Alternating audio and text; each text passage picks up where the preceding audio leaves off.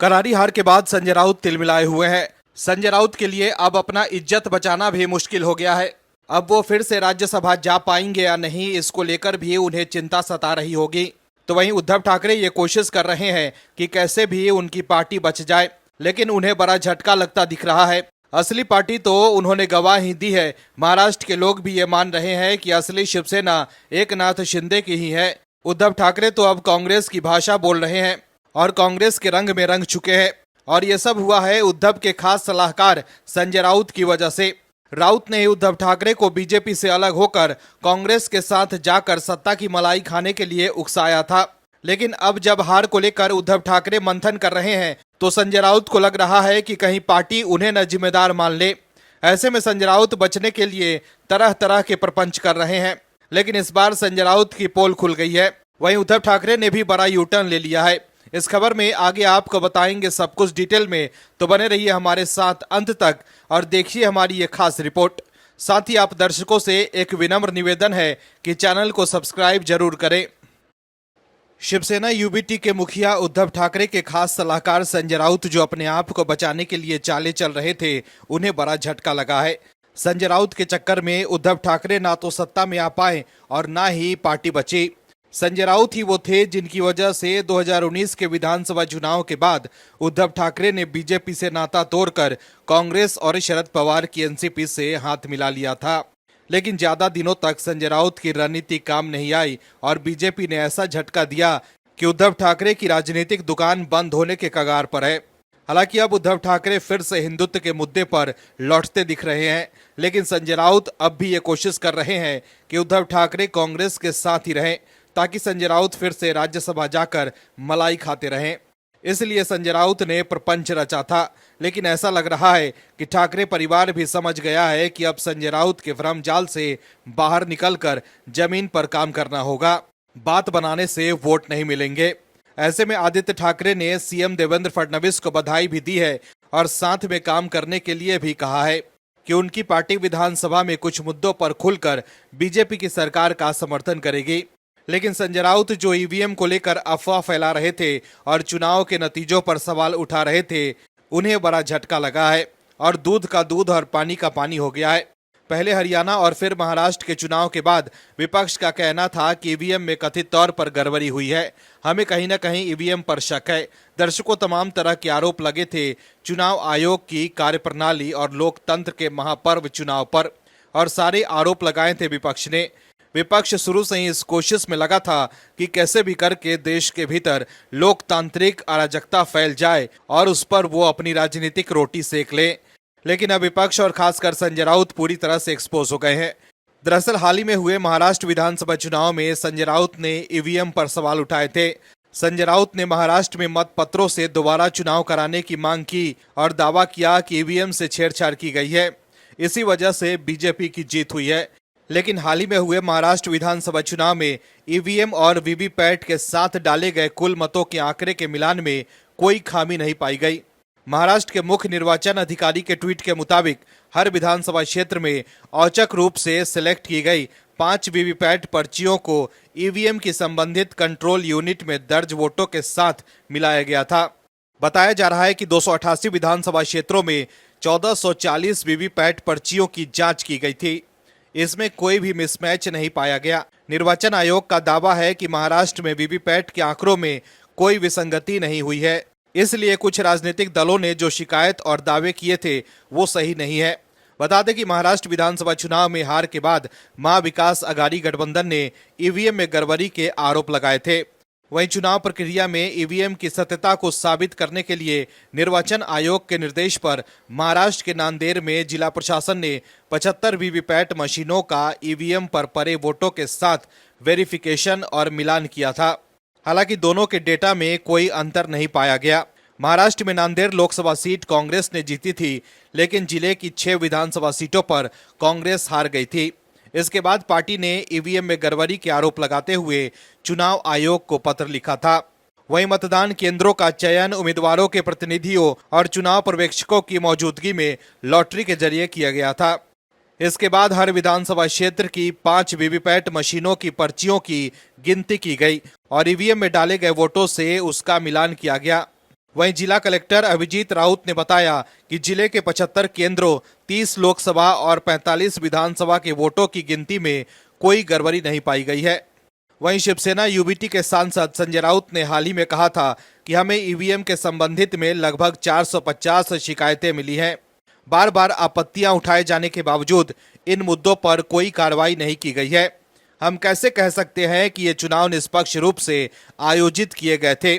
इसलिए मैं मांग करता हूं कि नतीजों को अलग रखा जाए और दोबारा चुनाव कराया जाए। लेकिन चुनाव आयोग ने जांच कर बता दिया है कि ईवीएम में कोई गड़बड़ी नहीं है। लेकिन दर्शकों, समझने की बात यह है कि अगर जनता ने हल्का भी विपक्ष पर भरोसा किया तो सीरिया और बांग्लादेश जैसे हालात बनने में समय नहीं लगेगा। दिल्ली में होने वाले विधानसभा चुनाव से पहले आम आदमी पार्टी एक्सपोज हो गई है। आपके मुखिया अरविंद केजरीवाल ऐसे फंसे हैं कि उनके पास कहने के लिए कुछ नहीं है और अब आपके नेता भी उनके सफाई में कोई बयान नहीं दे पा रहे हैं। आपके नेता भी मान रहे हैं कि अरविंद केजरीवाल ने कुछ करोड़ सरकारी खजाने से अपने लिए इस्तेमाल किया है। तो वहीं आपके नेता भी आज ये सोच रहे होंगे कि आखिर अरविंद केजरीवाल ने इतना बड़ा यू टर्न क्यों ले लिया, क्यों अरविंद केजरीवाल ने दिल्ली वालों को ठगा। अरविंद केजरीवाल अब चौतरफा घिर गए हैं। इस वक्त जिस तरह से दिल्ली के लोग अरविंद केजरीवाल और उनकी पार्टी से नाराज हैं, उसका असर अब साफ दिख रहा है। अरविंद केजरीवाल के बाद पार्टी में नंबर 2 की हैसियत रखने वाले आप नेता मनीष सिसोदिया भी अपनी सीट छोड़कर भाग रहे हैं। तो वहीं अरविंद केजरीवाल उन नेताओं को टिकट दे रहे हैं जो दूसरी पार्टी से आ रहे हैं। अरविंद केजरीवाल जानते हैं कि उनकी सरकार ने कोई काम ही नहीं किया है, इसलिए आपके मौजूदा विधायक की टिकट काटी जा रही है। लेकिन इसके लिए सबसे ज्यादा जिम्मेदार अरविंद केजरीवाल ही है, क्योंकि जनता के लिए काम करने के बजाय वो अपने लिए शीश महल बनवाने में व्यस्त थे। वो भी तब जब लोग कोरोना काल में ऑक्सीजन और हॉस्पिटल में बेड के लिए दर दर भटक रहे थे। लेकिन अब जो खुलासा हुआ है उससे दिल्ली के लोग चौंक गए हैं कि क्या ये वही अरविंद केजरीवाल हैं जो आम आदमी बनकर जनता को ठग रहे थे। दरअसल दिल्ली में होने वाले विधानसभा चुनाव से पहले अरविंद केजरीवाल के राज धीरे धीरे बाहर आ रहे हैं। इस बार एक और बड़ा खुलासा हुआ है जिससे दिल्ली के लोग हैरान हैं। दरअसल अरविंद केजरीवाल के शीश महल का वीडियो पहली बार सामने आया है और इस वीडियो से जो खुलासा हुआ है उसके बारे में लोगों ने सपने में भी नहीं सोचा होगा कि आम आदमी बनकर अरविंद केजरीवाल ने इतना बड़ा झोल कर दिया। दिल्ली बीजेपी ने अरविंद केजरीवाल के शीश महल का वीडियो जारी कर आरोप लगाया है कि अरविंद केजरीवाल ने 6 फ्लैग स्टाफ रोड का बंगला अब तक खाली नहीं किया है।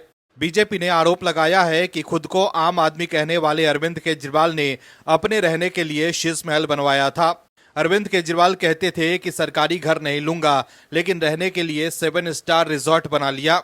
इस महल में 1.9 करोड़ रुपए के मार्बल ग्रेनाइट लाइटिंग, 1.5 करोड़ रुपए से मरम्मत और 35 लाख रुपए से जिम और स्पा बनवाया है। दिल्ली बीजेपी अध्यक्ष वीरेंद्र सचदेवा ने अपने एक्स पर वीडियो शेयर किया और पूर्व सीएम अरविंद केजरीवाल पर भ्रष्टाचार का गंभीर आरोप लगाया। बीजेपी नेता वीरेंद्र सचदेवा ने जो वीडियो शेयर किया है वो 7 स्टार रिजॉर्ट से कम नहीं दिख रहा है। वीरेंद्र सचदेवा ने एक्स पर वीडियो के साथ पोस्ट कर लिखा है कि अरविंद केजरीवाल ने जनता के पैसे खाकर अपने लिए 7 स्टार रिजॉर्ट का निर्माण करवाया। उन्होंने मकान के अंदर लगाए गए सभी सामानों की कीमत भी शेयर की है। वीरेंद्र सचदेवा ने अरविंद केजरीवाल पर हमला करते हुए कहा कि बच्चों की कसम खाकर सरकारी घर गाड़ी सुरक्षा न लेने का झूठा वादा करने वाले कैसे दिल्ली के टैक्स पेयर्स की कमाई लूट रहे हैं। बीजेपी नेता वीरेंद्र सचदेवा ने अरविंद केजरीवाल पर हमला करते हुए लिखा है कि इतने में दिल्ली का आम आदमी डीडीए के 34 ईडब्ल्यूएस फ्लैट या 15 एलआईजी फ्लैट या 150 सीएनजी ऑटो या 326 ई रिक्शा खरीद सकता है। आखिर में वीरेंद्र सचदेवा ने कहा कि भ्रष्टाचार के लाल वाह रे अरविंद केजरीवाल, बस और कुछ नहीं कहना। वहीं जैसे ही शीश महल का वीडियो सामने आया, आप में खलबली मच गई। आप नेता मनीष सिसोदिया ने भी स्वीकार किया है कि बंगले पर कुछ करोड़ रुपए खर्च हुए। सिसोदिया ने कहा कि बीजेपी के पास खुद दिखाने के लिए कोई काम नहीं है, इसलिए वो केजरीवाल के बंगले का मुद्दा बना रहे हैं। दर्शकों, अरविंद केजरीवाल अब एक्सपोज हो गए हैं। ऐसे में इस बार दिल्ली के लोग उन्हें सत्ता से बाहर का रास्ता दिखाने वाले हैं और जैसे महाराष्ट्र और हरियाणा में बीजेपी की जीत हुई है, वैसे ही इस बार दिल्ली में भी बीजेपी आने वाली है। ऐसे में माहौल देख आपके नेता बौखलाए हुए हैं और बीजेपी पर आरोप लगाकर ब्लेम गेम वाली राजनीति कर रहे हैं, लेकिन कोई सबूत नहीं दे पा रहे हैं। दरअसल आम आदमी पार्टी ने दिल्ली की वोटर लिस्ट में हेरफेर का आरोप लगाकर एक बार फिर बीजेपी पर बड़ा हमला बोला है। आप सांसद संजय सिंह ने आरोप लगाया है कि बीजेपी दिल्ली में इलेक्शन कमीशन का इस्तेमाल करके चुनावी प्रक्रिया को प्रभावित करने की कोशिश कर रही है। संजय सिंह ने आरोप लगाया है कि दिल्ली में भी बीजेपी हरियाणा और महाराष्ट्र की तरह चुनावी घोटाला की साजिश रच रही है। उद्धव ठाकरे और उनकी पार्टी की असलियत बाहर आ गई है। महाराष्ट्र के लोगों ने उद्धव ठाकरे की पार्टी को पूरी तरह से नकार दिया है। दर्शकों, उदारवादी नेता के तौर पर उद्धव ठाकरे अपने आप को स्थापित करना चाहते थे, लेकिन इस चक्कर में नया कुछ तो मिला नहीं, लेकिन जो पुरानी दुकान थी वो भी लगभग ठप पड़ गई। दर्शकों, समझने वाली बात यह है कि बाला साहेब ठाकरे हमेशा से कट्टर हिंदूवादी नेता रहे हैं। उन्होंने बाबरी मस्जिद के मामले में कहा था कि मेरा हाथ नहीं, लात है। कुछ लोग लात की भाषा जानते हैं। दर्शकों, समझने की बात यह भी है कि ऐसे पिता का पुत्र हाल में संपन्न हुए विधानसभा चुनाव के दौरान एक खास धर्म के बीच याचक की तरह खड़ा था और वोट मांग रहा था। सत्ता लोलुपता की ऐसी बानगी कभी देखने को नहीं मिली थी कि कैसे एक पुत्र ने कुर्सी के लिए पिता की राजनीतिक विरासत को नीलाम करके रख दिया है। ऐसा लगा कि हार से उद्धव ठाकरे कुछ सीख लेंगे और वो हिंदुत्व के रास्ते पर लौटने को लेकर अपने नेताओं से भी कह रहे हैं। क्या वो सिर्फ वोट के लिए हिंदुत्व की बात कर रहे हैं और असल में वो कांग्रेस के रंग में पूरी तरह से रंग चुके हैं, क्योंकि उनके पार्टी के नेता उनसे भी आगे निकल गए हैं। दर्शकों, उद्धव ठाकरे के गुट वाली शिवसेना यूबीटी के कार्यकर्ताओं ने एक दरगाह पर जाकर पार्टी के प्रति वफादारी की शपथ ली। ये दरगाह रत्नागिरी जिले के हाटिस में स्थित है और इसका नाम पीर बाबर शेख दरगाह है। इस तरह की शपथ लेने के लिए एक मजहबी जगह चुनने पर सोशल मीडिया यूजर की भौहें टेढ़ी हो गई हैं। मीडिया रिपोर्टों के अनुसार ये आयोजन महाराष्ट्र विधानसभा चुनावों में निराशाजनक प्रदर्शन के बाद पार्टी के भीतर उपजे कलह को लेकर शांत करने का प्रयास था। दरगाह को सांप्रदायिक सद्भाव की प्रतीक का दावा किया जाता है। एबीपी न्यूज ने अनाम सूत्रों के हवाले से लिखा है कि प्रतिबद्धता को प्रदर्शित करने के लिए शपथ एक मजहबी स्थल को चुना गया और यहां पर शपथ ली गई। शिवसेना यूबीटी को हाल के महाराष्ट्र विधानसभा चुनाव में गंभीर झटका लगा है। पार्टी राज्य भर में सिर्फ 20 सीटें जीतने में कामयाब रही। वहीं महाविकास अघाड़ी गठबंधन में शिवसेना यूबीटी, कांग्रेस और एनसीपी शरद पवार शामिल है। इस गठबंधन को सिर्फ 46 सीटें मिली हैं। शिवसेना को विशेष रूप से कोंकण में हुआ नुकसान चुभ रहा है। ये उद्धव ठाकरे के नेतृत्व वाले गुट का गढ़ माना जाता था। विधानसभा चुनाव के नतीजे आने के बाद पार्टी के कार्यकर्ताओं के बीच असंतोष पैदा हो गया। कई कार्यकर्ताओं ने कथित तौर पर आरोप लगाया कि वरिष्ठ नेताओं की लापरवाही और अक्षमता के कारण विधानसभा चुनावों में इस तरह की हार हुई। इस असंतोष के परिणाम स्वरूप बैठकों और प्रमुख पदों के इस्तीफे के दौरान गर्मागर्म चर्चा हुई। इसके कारण पार्टी कैडर के भीतर गुस्सा बढ़ गया और फिर शिवसेना यूबीटी के कार्यकर्ताओं ने एक दरगाह पर जाकर पार्टी के प्रति वफादारी की शपथ ली। दर्शकों, एक तरफ तो उद्धव ठाकरे अपने नेताओं को ये संदेश दे रहे हैं कि बीएमसी के चुनाव में उन्हें हिंदुत्व के मुद्दे पर लौटना होगा। हाल ही में उद्धव ठाकरे के एक करीबी नेता मिलिंद नार्वेकर ने बाबरी मस्जिद को लेकर ट्वीट किया था और ये दिखाने की कोशिश की थी कि बाबरी मस्जिद को गिराने में बाला साहेब ठाकरे और उनकी पार्टी का हाथ था। वहीं जब इस पर समाजवादी पार्टी के महाराष्ट्र अध्यक्ष अबू आजमी ने आपत्ति जताई तो आदित्य ठाकरे ने कहा कि उन्होंने हिंदुत्व को नहीं छोड़ा है, लेकिन अब जिस तरह से उद्धव गुट के कार्यकर्ताओं ने एक दरगाह पर जाकर पार्टी के प्रति वफादारी की शपथ ली, उससे सवाल उठ रहा है कि क्या सिर्फ दिखावे के लिए ही उद्धव और आदित्य हिंदुत्व की बात कर रहे हैं, जबकि असल में तो उनकी पार्टी कांग्रेस के रंग में रंग गई है। और जिस राह पर शिवसेना यूबीटी चल रही है उसमें कोई हैरानी नहीं होगी कि उद्धव ठाकरे और आदित्य ठाकरे सर पर टोपी लगाकर घूमने लगे। Bureau report, OMH news. आप दर्शकों से विनम्र निवेदन है कि चैनल को सब्सक्राइब जरूर करें